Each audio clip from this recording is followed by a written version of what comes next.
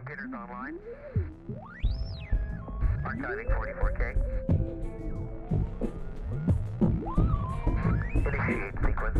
T-minus 30 seconds. Server connection confirmed. T-minus 25 seconds. Live stream 220K. T-minus 20 seconds. Phone lines are go. T-minus 15 seconds. Satellite uplink verified. T-minus 10 seconds. Flight check complete. Satellite uplink verified. 5, 4, 3, 2,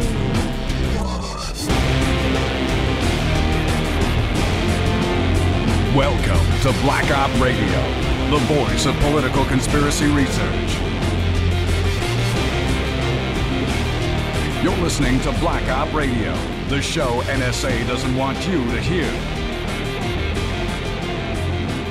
Now here is your host, Len Osanic. Hello everyone, welcome to another episode of Black Op Radio. In this segment we are speaking to author Vince Palamara. Needs no introduction. Hello, Vince.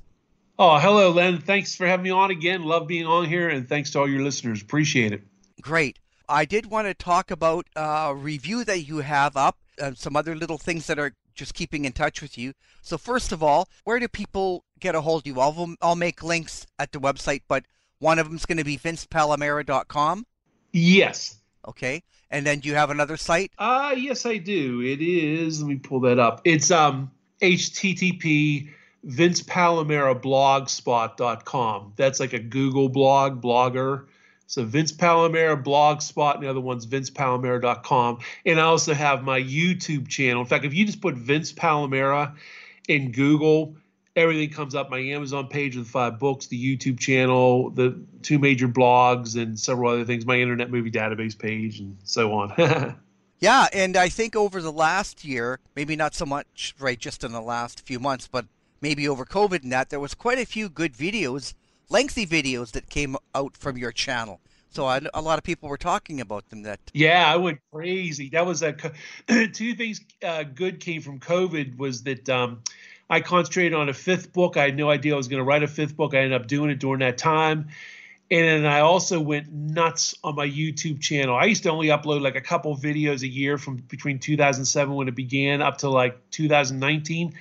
2020 on, hundreds and hundreds of video uploads. It was ridiculous. And yeah, the reaction's been really good, and it's getting that information out there because a lot of other channels have gone under. A lot of the other videos have gone under, or hard to find, or they weren't presented in their full length. They weren't remastered, etc. Plus, I had a lot of unique individual stuff I put up there too. So yeah, it's good to be. Here's one of the good things I appreciate about you. There are lots of people from every walk of life that had an interest in the case, and they start doing research, and then pretty soon they're contributing to it. Now, it's never been a case that I had to say, oh, I have a big disagreement, or I agree, or, Zapruder film, or the man in the doorway.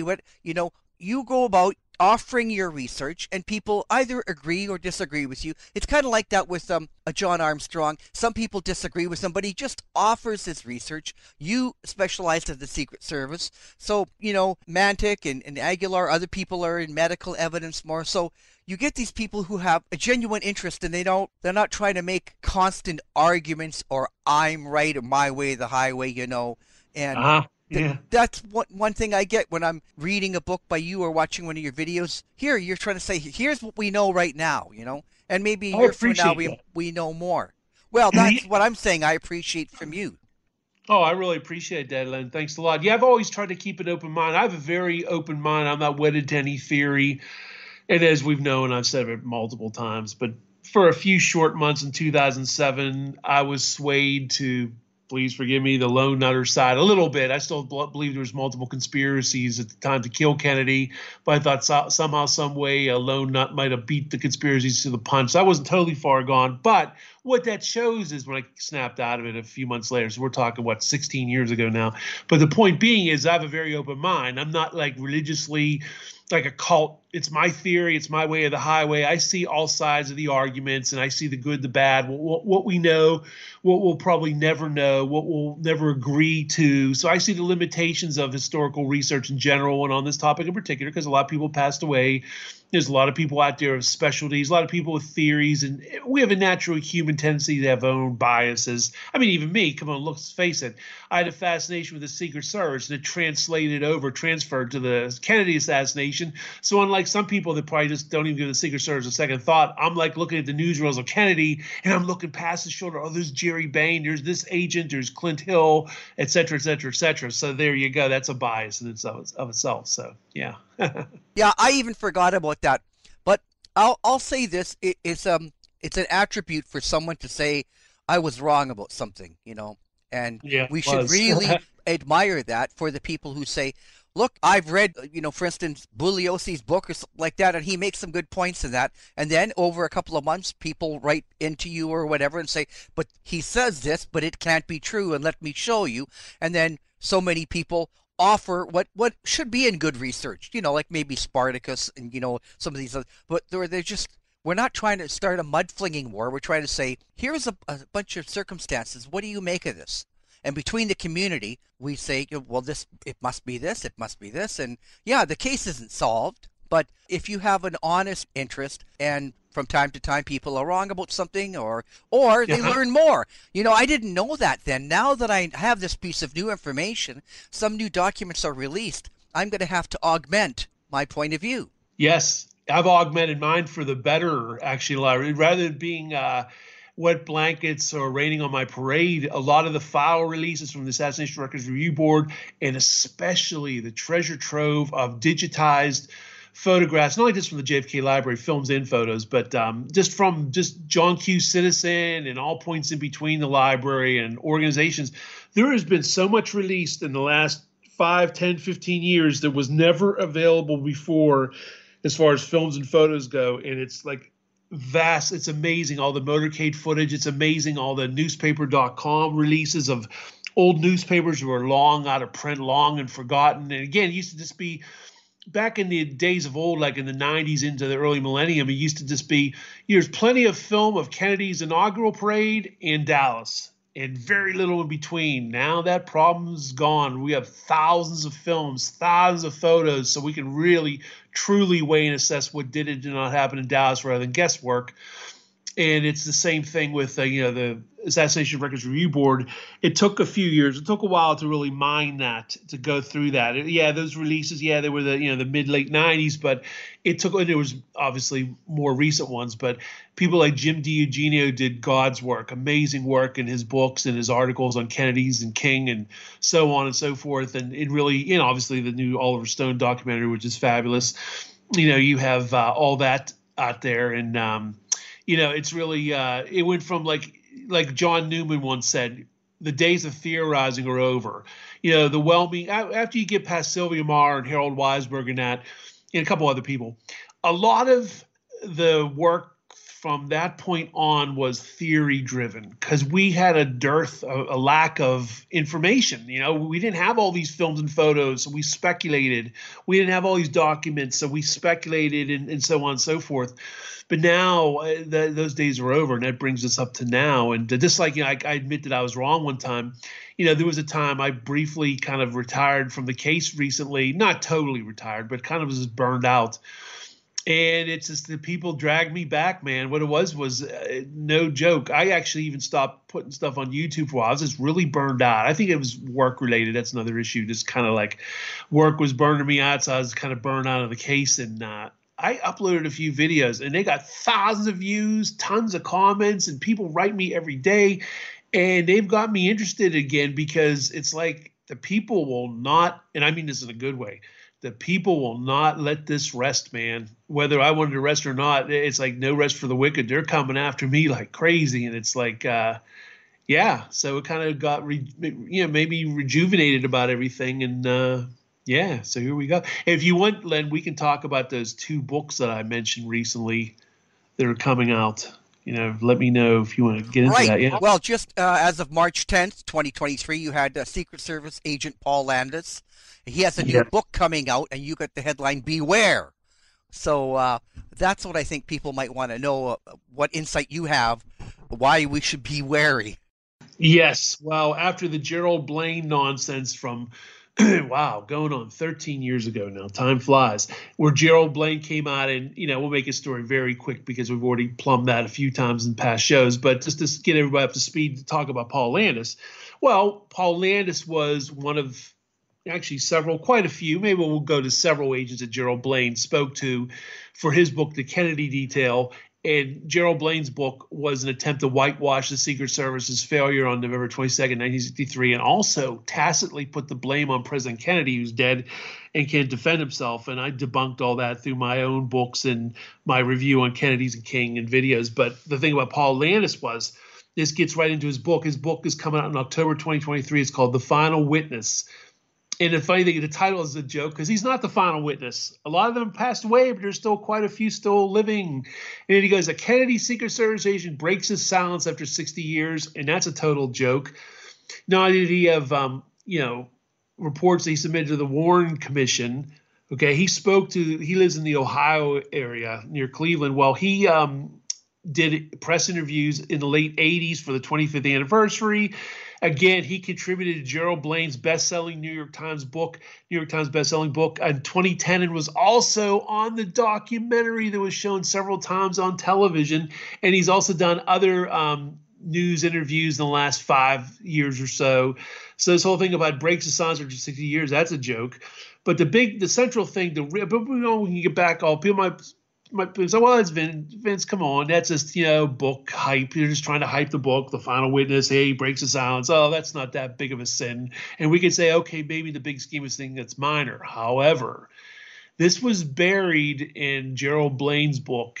And I think it's going to be in big star-studded neon lights and big billboards for his book. That Paul Landis is one of, as a lot of researchers know, is one of the champions of a shot coming from the front. He has two reports, okay?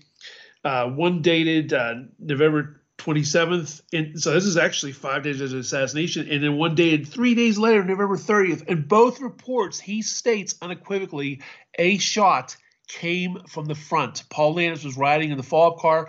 He was riding on the running board behind Jack Reddy, who was behind JFK on that side. Okay, so that's amazing news. Well, in Gerald Blaine's book, it's buried in a paragraph. It basically says that, Paul Landis, I'm paraphrasing, Paul Landis used to believe the shot may have come from the front, but he realizes with the advent of time, it must have been echoes. He had to have been mistaken. Well, it's obvious from this book that he's going to accentuate that even further in probably many pages to try to claim that it was all just a mistake. But poor Paul Landis, not only does he have the two reports, they're in the Warren Commission volume 18. Well, this is very few people know this. This is pretty amazing. But the House Select Committee contacted him in the 70s, in February 1979 to be exact, right when they were gearing up for their final report. Literally, like, everything was done. The investigation was over, and they were going to finally finalize the report. And I guess they got on their Watts line and made some final calls here and there to try to iron stuff out. And wait till you hear this. The House Select Committee interviewed Paul Landis on February 17th, 1979, and they noted, and it's on the House Select Committee report, page 89 and 606, and it's referencing Landis's interview. It says, Landis confirms the accuracy of his statement to the Warren Commission. Now, obviously, they meant not the Warren Commission, the body, but the report he submitted to it. Again, Landis confirmed the accuracy of his statement when he spoke to the House Select Committee in the dying days when they were writing the report on February 17, 1979. So not only do we have the two reports he wrote, but very inconveniently for old Paul Landis, 16 years later, 15 plus years, we'll say, he said, yes, my reports, I stand by my report. Okay. And again, in 2010, he does that little buried in Gerald Blaine's book about how, he must have been just a mistake, an echo from the overpass. Well, Paul Lannis has another major problem. He also does not believe the single bullet theory. Paul Lannis and Clint Hill together both came out in the same year, 2016, albeit in separate avenues. Clint Hill came out in his book, Five Presidents, released that year in 2016. And Paul Lannis was interviewed by, it was a Cleveland, Ohio newspaper. It might have been the Plain Dealer. But in any event, he came out and he said that the Warren Commission blew it with the single bullet report, the single bullet theory. So you had two gentlemen that don't, again, it's just like John Connally, Governor Connally, for many, many years, for basically all his life from the assassination to his death in 1993, just about 30 years later, Connally always said, oh, the single bullet theory, that's not true. Another shot hit me. But he also said Oswald acted alone. He never understood the contradiction there. Well, Clint Hill basically does the same thing, but Clint Hill also said the back of the head was gone of JFK and the wound was in the back, in the shoulder, not the back of the neck. And then he also denies the single bullet theory. He never denounced it before. He never made a mention about it until Five Presidents came out. And he said, I believe the Warren Commission, except for one detail. I do not believe the single bullet theory. And it's like, wow, oh, you cannot have it both ways. About the single bullet theory, Oswald or whoever fired the rifle was not the sole assassin. We have a conspiracy. And same with Paul Lannis. And not only do we have Paul Lannis in 1979, it was literally little old me. I don't want to, brag or just by default. No one knew about this even though it's in the House Select Committee final report, it's buried in a footnote, but there it's referencing this outside contact report. Paul Lannis, he confirms the two wars. So for 16 plus years, he believed his reports, what he said. Now here we are in 2023, and he's going to claim otherwise. And it's just one of those things where it really infuriates me that these guys come out with these memoirs.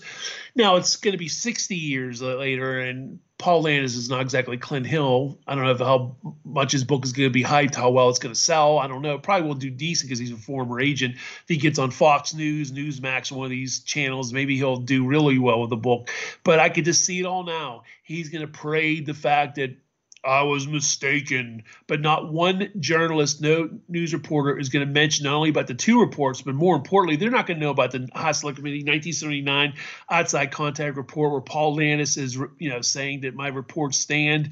And also, they're not going to make heads or tails about the single bullet theory rebuttal, not believing the single bullet theory. And they're not going to realize, the ramifications of Paul Lannis saying that the single bullet theory isn't true. And again, the whole thing, I get to see it all now. They're going to say, he breaks his silence for the first time in 60 years. The final witness is the title of his book. And again, he's not the final witness. There's several people that we know of in the plaza still alive, Mary Mormon, the Newman family, and now I'll concede other than Clint Hill and the Secret Service follow-up card, him and Clint Hill were it.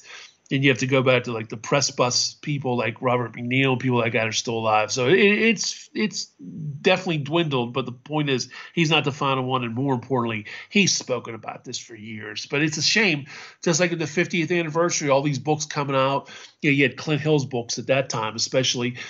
Trying to just say, oh, it's Oswald, get a life, and they're mistaken. Now, it's another thing, too. It's really infuriates me about Clint Hill. From 1963, literally the day it happened, up to, about 5 years ago or so, he was always putting his hand on the back of his head. Now the son of a gun is putting his hand more on the side of the head. For the first time ever, it's amazing. He's trying to make it more like a side wound. Somebody must have finally got to him and said, Clint, you realize what you're saying goes against official history. Somebody must have prepped him, maybe his wife, his co-author wife. Somebody must have got to him, and he's now, it was on the side here. But we have documentaries up to and including 2013. We got him countless times in print in his own books, for God's sake, multiple books. He wrote, 3 books? Actually, no, I take it back. He wrote 4 books. Oh, I forgot. He came out with a book last year, in fact. I almost forgot completely about it. It was another cash grab book like his second book. His first book is actually good if you take away a few pages about the assassination. It was about Jacqueline Kennedy. It was harmless, read book, Reader's Digest, kind of fun. The second book was just a cash grab. It was a picture book for the 50th anniversary. Third one was 5 Presidents, his life with, going from Eisenhower up to Ford, I believe it was. And, it was okay. And this last book was totally like Mrs. Kennedy and Me, the first book, with pictures. And I even, be honest, I even forget the title of it now. It's really not even worth getting, but he made a mint on it like he did in all his other books because he's on Simon & Schuster, the biggest company in the world. They get all the major networks. They get all the print media, internet.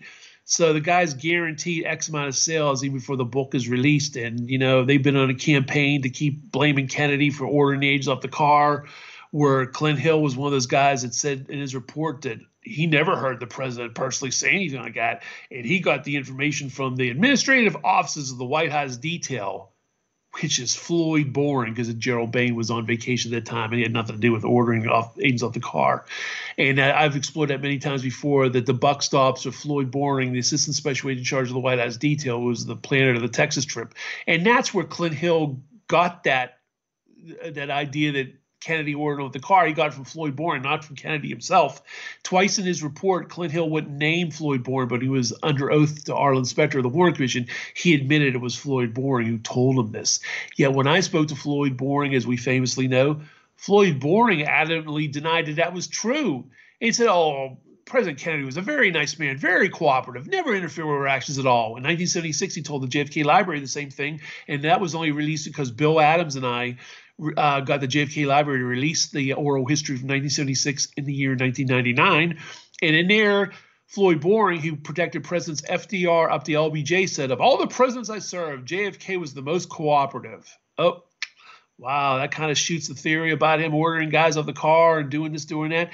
And all these agents, like I've explored in the past, all these agents told me in letters, emails, on the phone, and non-agents who don't have an axe to grind, like Dave Powers and Congressman Sam Gibbons, who rode a foot away from Kennedy in Tampa, all said the same thing. President Kennedy never ordered the agents to do anything, never ordered them off the car. And here's the amazing thing. Even if somebody out there thinks that, well, Vince, isn't the president, the leader of the free world, the commander-in-chief, wouldn't his pecking order being slightly ahead of a little lowly Secret Service agent? Not when it comes to his security, he isn't. As Presidents Truman, Johnson, and Clinton have all said, the Secret Service is the only boss the President of the United States truly has. It's not the other way around. When it comes to his security, the Secret Service is boss. And there's so much evidence of this. Not only is this in books before the assassination written, also an Associated Press story that went out across the country, November 15th, 1963, the Secret Service can overrule even the president, where his personal security is involved. It goes on. And then Clint Hill, ironically, with Gerald Blaine right by his side in 2010 in the 6th floor museum, said on video, well, President Kennedy, he could tell you what he wants done, and he can tell you certain things, but that doesn't mean what you have to do it. You don't have to do it. What we used to do was always agree with the president, and then we do what we felt was best anyway, which is evidenced by the fact that Clint Hill got on the back of the car 4 separate times on Main Street.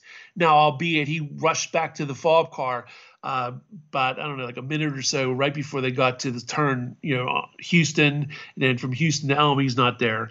And for years, he harbored so much guilt. He was crying on, 60 Minutes, crying for many years after on documentary, saying, I should have been there. It's my fault. I'll live with that to my grave. If I was only a second faster, we should have been on the back of the car. He's in print saying that. We should have been on the back of the car. He's saying he's not blaming Kennedy. Then all of a sudden, when I sent that 22-page certified letter to him in the summer of 2005, he started to change his tune. And that's when Gerald Blaine also came out of retirement, wrote his book. And Gerald Blaine was a nobody agent. No one knew who he was. Everyone in the world knows who Clint Hill was. But Gerald Blaine, B-L-A-I-N-E, not to be confused with the special agent in charge of the White House detail, Gerald Bain, who's B-E-H-N. Gerald Blaine, only somebody like me knew who he was. He was an obscure agent who was on the Texas trip, but not in Dallas. He flew to Austin and was waiting for Kennedy when Kennedy was assassinated. He only served 5 years. He was a nobody agent, but he came out with a book on Simon & Schuster. And the book was nothing but filled with lies blaming Kennedy over and over again. And he mentions me on 2 pages about naming me. He's a self-described Secret Service expert and all this other stuff. And I guess for legal reasons, he wanted to name me. He was afraid I was going to sue him or something. I don't know. But the point being, when people read the Kennedy detail, they go, wow, Vince, you can tell thou protestest too much. And he's blaming Kennedy like crazy. And the thing is, not only did Kennedy never order him off the car, even if he wanted to, they would have ignored him, as Clint Hill said on video. And more importantly, the Secret Service was the boss. So they'd say, Mr. President, sir, you can go fly a kite or something maybe more polite than that. They did what they felt was best anyway. Again, evidenced by the fact that Clint Hill got on the back of the car 4 separate times on Main Street on November 22nd, 1963. Oh, Clint Hill has another whopper he's been saying very recently. It's really disturbing. He's saying, and he said it on a television documentary, and I think he said this in print, maybe in his 4th book or 3rd book. He said that President Kennedy looked back at me a couple times, and I rode on the back of the car, and I could tell basically that, President Kennedy did not like me there, but there was nothing he could do at that point. All the films and photos and eyewitness testimony, etc. There's no evidence that President Kennedy ever looked around. I've never seen a single photo or film of him ever turning around. And more importantly, you couldn't, especially with that bad back of his. He's facing forward and a little bit to the side, the way of the people. He's not turning around. He's not giving a rat's you-know-what, some agent being on the back step of the car, even a relatively more modern agent. Dan Emmett, who's an author, laughed at that and said, oh, presidents have too much in their minds to think about what we're doing. They're thinking about, the crises in the world. They're thinking about their speech. They're trying to go through their speech in their mind and memorize it, which he was probably doing with the trademark they're approaching. And they're waving to the people, giving them attention. The last thing they're thinking of is, I wonder if Clint Hill's riding in the back of a car. Naughty boy, he shouldn't be there. And last but not least, we'll get back to the book and the other book, but just real quick, and I brought this up many times, agents being on the back of the car did not obscure the view of Kennedy, which I've shown on my YouTube channel and in still photos as well. The agents on the back of the car and all the eyes of the people in these crowds are transfixed on Kennedy. There's enough room, there's a good, 5-6 feet or so, that they can see him just fine. My God, FDR and Truman had agents on the car right beside the president, right beside him, and the president's never protested. The people could see the president just fine. When they see a celebrity, they don't care about the bodyguards. Hello, just like any celebrity, you can think of Taylor Swift or a famous actor or actress. Same thing with the president. And these agents were a little further back on the Lincoln Continental holding the hand grab. So this is all an attempt to try to sway their guilt, their failure. Oswald or no Oswald, conspiracy or no conspiracy. If these men would have did their normal protective duty, Kennedy lives. So that's Paul Landis's book. But another thing is there's another Paul. I call a YouTube video I've just made called Attack of the Pauls, because there's Paul Landis and another book by a Paul Brandis. Paul Brandis is a journalist who wrote somewhat of a bestseller, a book about Jacqueline Kennedy. Seems like a harmless book. He seems like a relatively nice guy. He contacted me a couple times, but shades of Gerald Posner hoodwinking Harold Weisberg. Gerald Posner never said what his book was about. In fact, he actually hinted it was going to be about the mob did it, and he hoodwinked Harold and came out saying Oswald did it, get a life, everybody. Well, when I spoke to Paul Brandis and corresponded, he never intimated his book was going to be an Oswald Acted Alone book. In fact, he kind of gave hints that it was going to be some blockbuster explosive book. It gave me the impression it was going to be another pro-conspiracy book, and it comes out now. And the title of his book, amazing, get this is rich, Countdown to Dallas, The Incredible Coincidences, Routines, and Blind Luck that brought John F. Kennedy and Lee Harvey Oswald together. It's just crazy. It's insane. And it's he's saying, and it really got my ire up. This is the book description on Amazon. The book's not even going to be out yet. His book, Paul Brandis' book's not coming out until April, so next month, April 2023. Paul Landis is not till October of this year. But Paul Brandis says here, the so-called crime of the century, the assassination of President John F. Kennedy, was almost preordained to happen. Like all presidents for decades before him, JFK played elusive security, open cars, Secret Service agents at a distance, and a desire to be seen. Yet conspiracy buffs are certain the security setup on November 22nd was unusual and suspicious. It wasn't. Now, that son of a gun, I sent him so many films and photos of motorcades that he was impressed with, and I'm showing him agents on the back of the car, near the car. I'm showing him many motorcycles flanking the car, far more than are in Dallas, as we know agents were on the back of the car during the assassination.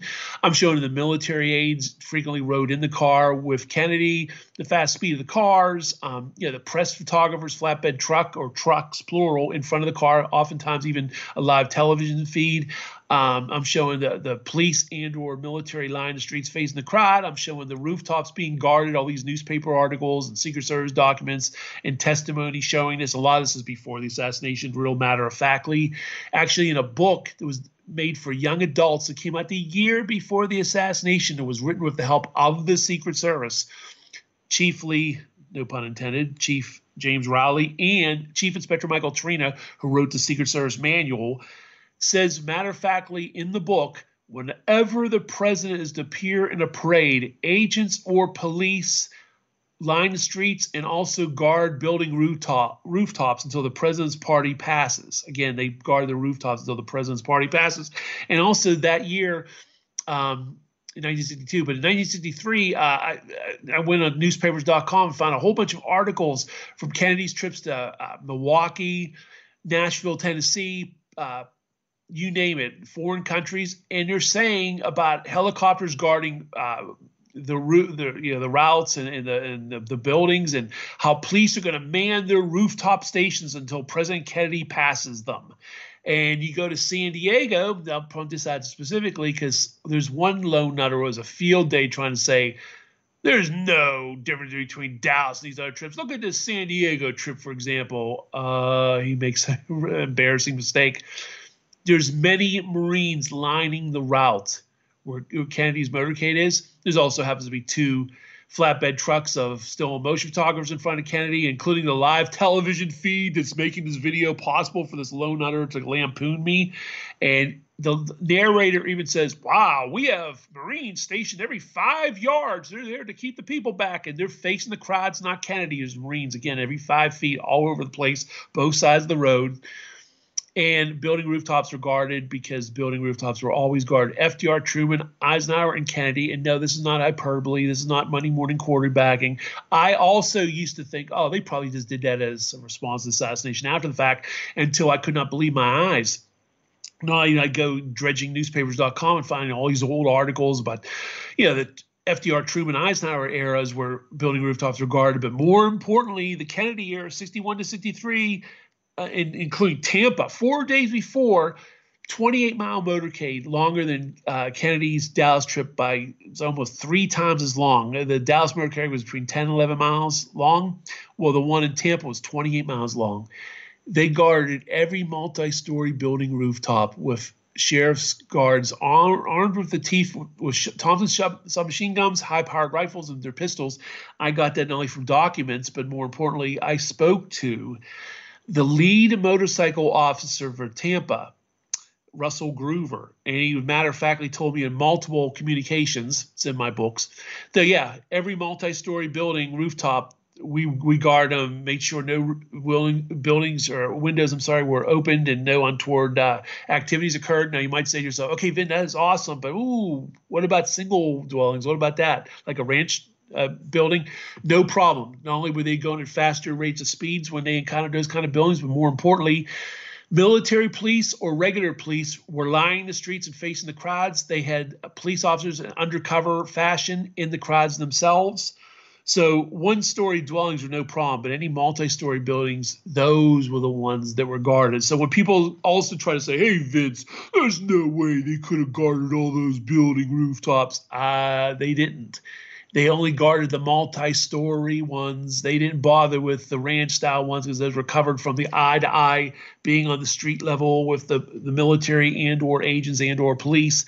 And they did that just enough to have a presence on there. They also, if it was feasible, to give manifests of employees if it was feasible, see if there was anybody dangerous, anybody that they wanted to make sure keep away. So obviously, even if you believe Oswald acted alone, the vast minority of people that believe Oswald acted alone, well, we know Hosty knew he was on the route. So even if you take that tack, Hosty did nothing to tell the Secret Service, hey, this guy is on the Texas School Book Depository. Hey, what about that? So it could have been prevented just from that, just that standpoint alone. That was a standard procedure. So that's why I think it's going to be more Secret Service after the fact. Decades later, Paul Lance is going to come to Gerald Blaine's rescue and Clint Hill's rescue. In fact, all three are thicker than thieves. They've been to not only Association of Former Agents of Secret Service Association meetings, but they've also met with the director of the Secret Service. They have pictures of them glad handing him So it might be an old story, but it's a current event in some respects, because I think the current Secret Service does not like the embarrassment of the Kennedy assassination and anybody trying to cast aspersions on the agents of the past, and that's where that's at. But Paul Brandis is going to do this thing where he's going to try to say Oswald acted alone. It was all a bunch of big coincidences, and there was no problems with security, which some lone nutters try to throw at me every once in a while until I shut them up with my hours-long videos of past motorcades with Kennedy, and you can see, again, agents on the back of the car, many motorcycles, fast speeds, and I show all the evidence of Secret Service documents and newspaper articles from the time and books and whatnot written before the assassination. One of them was written by, again, Michael Torina wrote, he was responsible, I should say, for a passage in the book called The United States Secret Service. It came out, Walter Bowen and Harry Neal, former agent, in 1960.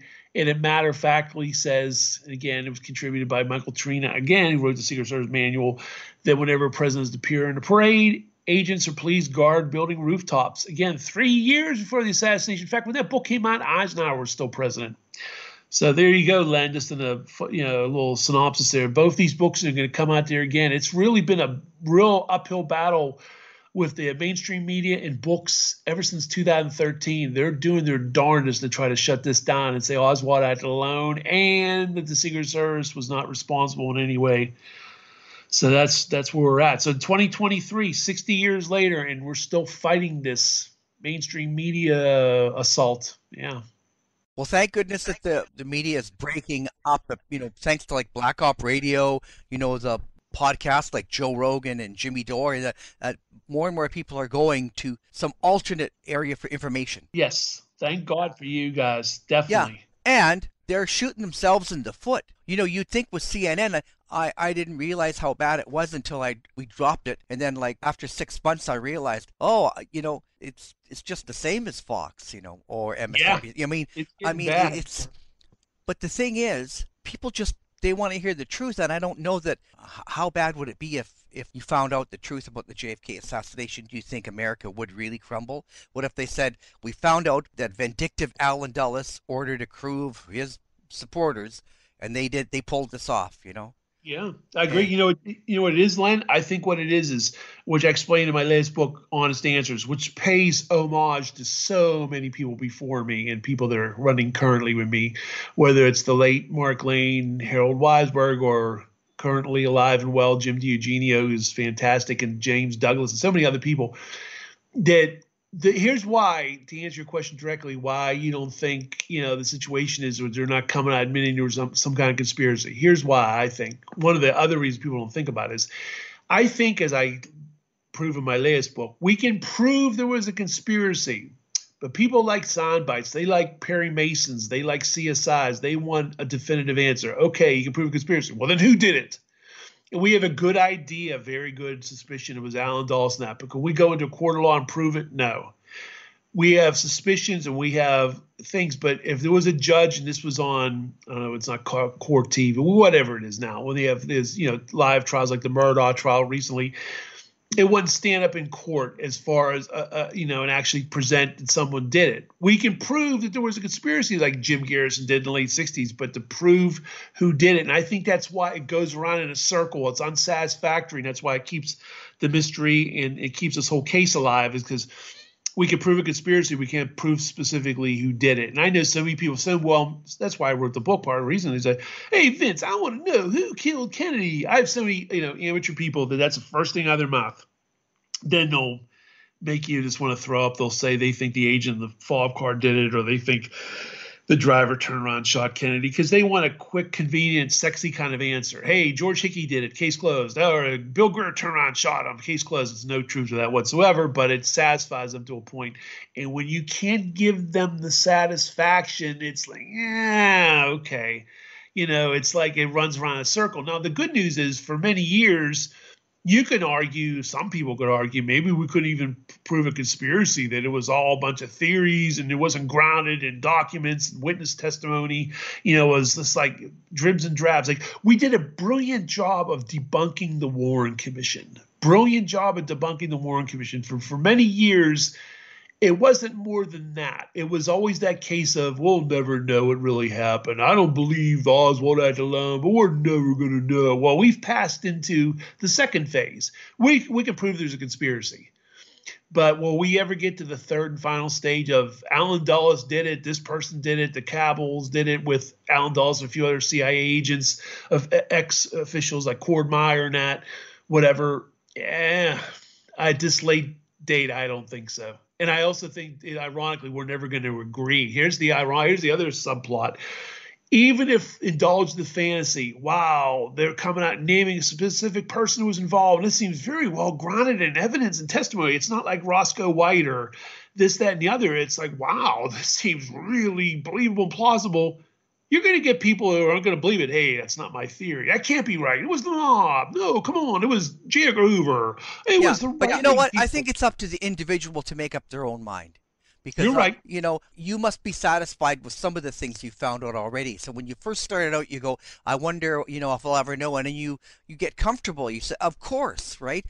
And, yes. And then everything that the Warren Commission said, that's not true. And I'm confident of that. And then also you could say, well, Commission Exhibit 399. Yeah, now that I've examined everything, there's no way that happened. And you get more and more comfortable about, I can say what didn't happen. I might not be able to, there might not be anything on paper that says that, like, Alan Dulles, Ed Lansdale, other people, you know what I mean? You won't find that on paper. Then you just have to go, well, I'm comfortable that I found out enough that I have an idea. It's like you could say about this, the bombing of that pipeline between Germany and Russia and that, yes. and whether you believe, what's his name? But you know what I mean? Like you could say, okay, right, I know who did it. Now, what we're going to make of it, right? So, Kennedy was killed. I say he was removed by his enemies. And if you want to study who his enemies were, you get behind the military complex. Imagine that speech, given today. There's Eisenhower on his way out saying, I was president and I learned certain things, and every American should be very wary of what's on the horizon. The military-industrial complex. Beware the power of the military-industrial complex. Yep. Yeah. I can't even imagine any president having the fortitude to say that. Yeah. Testicular right. Fortitude. But whatever. You're right. Well, even now, look, we're having Trump and Biden both. They release these file releases, but then they won't release them all. We still have the autopsy photos and X-rays, under seal, and only certain stores. Now I'm hearing they're getting tougher with even so-called historians and people with a medical background. They're even getting, ever since Burke Marshall passed away and whoever the new guy is, they're getting even tougher that they rather would nobody look at them anymore. So it's getting really tough. But, yeah, it has a lot to do with fortitude and that. Yeah. Did you see that clip, the video clip from Judge Napolitano?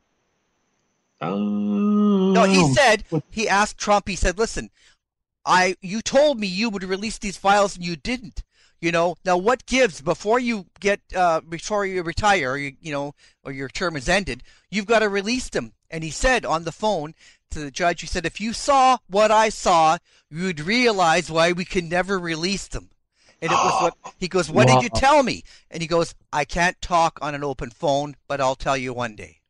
Wow. Yeah, I'll send you that link. It's because it's an anecdotal story, but then it kind of starts to, every piece fits more and more that it's not Lee Oswald. Yeah, well, look at this. So many people. Well, hey, I was there. I witnessed history in the summer of 1992. This is quoted in David Talbot's great book, Brothers, which I mentioned in a couple pages. But more importantly, I was a witness in summer 1992 to Al Gore and Bill Clinton, both running for president and vice president at the time. And somebody in the crowd, because the Oliver Stone movie, even though it was out X amount of months, it was in the cheap theaters at that point, but it was a home video bestseller. It was a hot topic, and everyone was talking about the release of the files and whatnot. And some lady in the crowd, and I was right there, said, do you believe there was a conspiracy for the release of these files? And Al Gore was real adamant. He believed there was a conspiracy for the release of the files. Bill Clinton said, I support what my future vice president just said. So he did an old Clinton thing, but he endorsed the idea of a conspiracy. But right when we get all excited about that, we know what he did a year later when he was president. He told Wolf Blitzer, I am satisfied Oswald acted alone. So it's a long litany of presidents who are all excited about the files and have their own beliefs. Like Ronald Reagan supposedly believed the right wing had something to do with it, or maybe the Russians, depending on who he was interviewed by, but he never did anything with the files. The list goes on and on. We already know about George H.W. Bush and his son. And the list goes on. And even Obama, it took Joe Biden to finally pardon Abraham Bolden. It's just it's a hot topic. So to answer your question, even in another way, even though it's 2023, it's still a hot potato, because for the government and or the media to admit in a major breaking news development, yes, indeed, there was a conspiracy to kill Kennedy, I think it would still shake like the rafters of power even today in the media, and they had to admit they were wrong all these decades. And even for naive people who were just trying to worry about their checkbooks and all the other things going on in the world, it would probably shake the foundation to a point. I think we'd survive and get over it. We're a tough people. We survived 9/11 and world wars. We'd be okay. Yeah, but they would rather just err on, it was Oswald, get a life. That seems like the easiest thing to do. Just, it was Oswald. But I always tell people, I'm not so wet. I don't see conspiracies in my soup. I believe a lot of us lone assassins were lone assassins. Charles Guiteau, and Leon Czolgosz who tried to kill McKinley. I believe Hinckley acted alone. We can go on and on and on. In the interest of time, we're not going to go on and on and on. So I do not, this shocks people. I believe 9/11 was what we were told. I don't believe there was explosives in the building, none of that stuff. So no, I do not see conspiracies in my book. You know what? I'm not invested. If it was Oswald, and I don't believe it was, if it was Oswald acted alone, I have no thing. I'm not going to jump off a bridge. Oh my God, I was wrong. So I have no horse in the race. Now I know somebody's going to say, "Hey Vince, I see you profiting from 5 books, pal." Yeah, but I work for a living. I'm not making Clint Hill money. Clint Hill is making hundreds of thousands, and I've been told actually even the low millions, because all his books came out. Simon & Schuster, he got a healthy advance. He got movie and TV rights, even though the movies haven't seen the light of day yet, but you can still get the money. Each book has sold 200,000 plus copies. Cha-ching, he's made a ton of money. The real blood money, the real money makers are the lone nutters. Gerald Posner, Vince Bugliosi, Clint Hill, Gerald Blaine, David Bellin, the list goes on. And people like me, we're breaking even. Yes, I made some money for my books, but that was break even for all the years of research. And I've been working full time this whole time. I have a life. I have a wife. I'm paying rent. I don't live like, oh, you're profiting from conspiracy. Yeah, I am not profiting from my books. Trust me. So that's a long-winded way of saying I have no horse in the race like some people think I do. Like, you're part of the conspiracy cottage industry. That cracks me up so much. The real cottage industry is the anti-conspiracy cottage industry of, again, Gerald Blaine, Clint Hill, David Bellin, William Manchester, Jim Bishop. Those are the people that sold massive amounts of books, made massive amounts of money, received massive amounts of media coverage to the point the average person on the street knows a lot of those people's names. Unlike 99% of researchers are like, who is that? I never heard of that person. Yeah, I heard Norman Mailer got a hefty, like $1 million. Norman Mailer got it chunky. Yeah, he wasn't hurting for cash. Yeah, but he tried a little slip in there. He tried to make it sound like, Oswald, there's a remote chance he might have had help. So he tried to throw a little bone to people. But for years, he quietly thought there was a conspiracy. But, Oswald's ghost and the money was a talking, just like with Gerald Posner. I know, it was Oswald's Tale, wasn't it? Yeah, that's the one. That's right, the one. Yeah, that's the one. Sorry. But yeah, I kind of forgot that book on purpose. But yeah. But the point being is, that's what makes me so mad. I want to scream from the rafters. The people, I'll just say it again real briefly. The people that are making the money are the people that believe Oswald acted alone. There's only a couple rare exceptions. I can think of 2. David Lifton, lifelong bachelor. He made money from his book. And also the rumors, he also got an inheritance from his parents. So he never had to work a day in his life. It was mainly because of his parents, not the book. He made a nice splash from his book, but that money didn't last forever.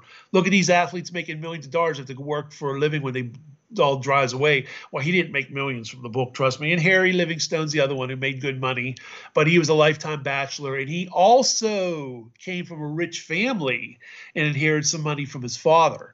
So, so there's fine print, even the people that did well of their books. So it's very few on our side. And everybody. So this Paul Brannis has already had a best-selling book, and he's part of the White House press corps. He's done other books. He's been on TV and whatnot. Watch his book do very well for him, where people like me are on, and I say this with a smile on my face, I love them, trying days like a minor league publishing company, God bless them, and they're not Simon Schuster, they're not Macmillan, et cetera, et cetera. So it's an uphill battle. It's good. Now, thank God, now, as I always tell people, thank God if I was meant to be published, thank God I was published 2010 onward, because now we have Kindle, we have Amazon, online purchasing is a normal thing. There's many authors that, were published in the pre-Kindle days, pre-Amazon days, or at very least when Amazon was still considered like, I remember for years people were like, I'm not putting my credit card online and buying anything. So it used to be, if your book wasn't in a bookstore, physical bookstore, it died. No one bought it but you and your parents. That was it. See, now it's great because people just have to put JFK assassination in the Amazon search engine, and my book comes up, and they don't care if it's the Acme Publishing Company or Simon & Schuster, and my books sell every week. They're not selling like Clint Hill's book, mind you, but they're selling. They're out there, thank God. And I would wager if it wasn't for Kindle and Amazon, all 5 of my books would have died. And quite frankly, there wouldn't have been a second book or a third book, because the first book would have died. And it'd be like, hey, Ben, can't afford to publish it, man. You didn't sell a dime. But what happened is, thank God for the internet, and especially Amazon, has really leveled the playing field to a point. Obviously, you can't compete with the huge heavyweights, but for mom and pops out there across the world, Christmas gifts in general, they're selling every week, and that's good. It gets it out there, and it's kind of the alternative grassroots press times 100. At least it gets it out there to people, and this, that, and the other. And all my stuff online is for free. So I give out stuff so much for free, even more than I almost circumvent my books to a point, because people will say, Vince, I'd love to get your book. And I tell them about my YouTube channel, and you can tell they're like, oh, that's free. Okay, I'm going to go to your YouTube channel. Thanks, Vince. So but the point being, I'm just happy to have the information out there. So, and you're doing a great job too. It's so good to see Black Op Radio out there and, doing what you guys are doing too. Yeah. All right. Well, thank you. Well, we'll make links to your website, vincepalamara.com, and also to your blog spot. So, look forward to anything there. All right. As I said, I'm going to be visiting John Armstrong. So I'll send you an email, and I'll keep you in touch with what's going on. And you were retired. Maybe you're coming out of retirement a bit. I'm coming out. I'm back, baby. I'm back. Okay. Well, I'd be glad to do something with you. So I'll let you know how that all goes. That sounds good, man. Okay. In the meantime, then, is there anything else that I didn't really bring up too much? I just wanted you to talk about these two. Oh, I appreciate it. Right. So anything else we should say before we wrap up? No, I just say thanks again for having me. Thank you. And thank you all your listeners. I always get feedback being on the show from people saying, hey, I heard you on Black Op Radio. So you're reaching people, man. I really appreciate it. And thanks. We'll talk again. Sounds good, man. All right. Thank you, Vince. All right. Take care. Thanks. Okay. Good night.